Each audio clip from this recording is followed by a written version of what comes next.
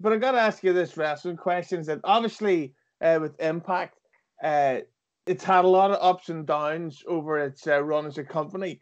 But these days, it's generally considered, and I'm not just saying this because I'm afraid of you beating the living shit out of me, but it's generally considered today to be the best it's ever been. So I got to ask you, because of people like you, Brian Cage, Tyra Valkyrie, LAX, etc. What do you think about being considered responsible for the rise of Impact Wrestling? It's a great honor, and I'm not just saying that because I think I'm supposed to say that. When I got involved with the company, to be totally frank with you, I wasn't sure what I was getting involved with because I'm not going to be one of these people who's full of shit. Like I'm very well aware um, of the idea of what people had of Impact Wrestling has been over the last, I don't know, to be fair, let's say 12 years. There's been sort of a dark cloud hovering over Impact for an extended period of time for a variety of different reasons.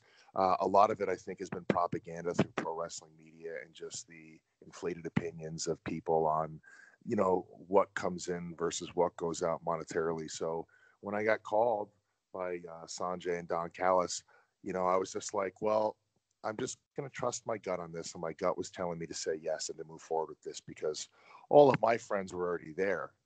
I knew three-quarters of the roster personally from working elsewhere, whether it was Lucha Underground or the Independents or working in Mexico. There was a huge influx of Lucha Underground and AAA there at the time.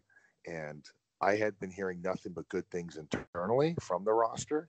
They were saying that it was a really open environment for expressing their creative arts, and we really thrive on that. Like if there's an ability for us to have as much involvement in our work and our presentation, then like that's really the place we're going to want to be.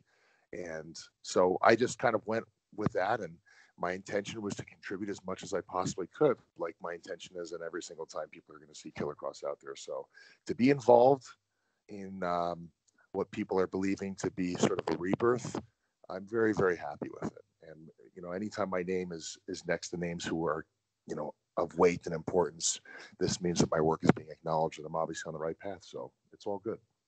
Yeah, for me, when they were TNA, the early days, the early work was a little too new wave for my taste.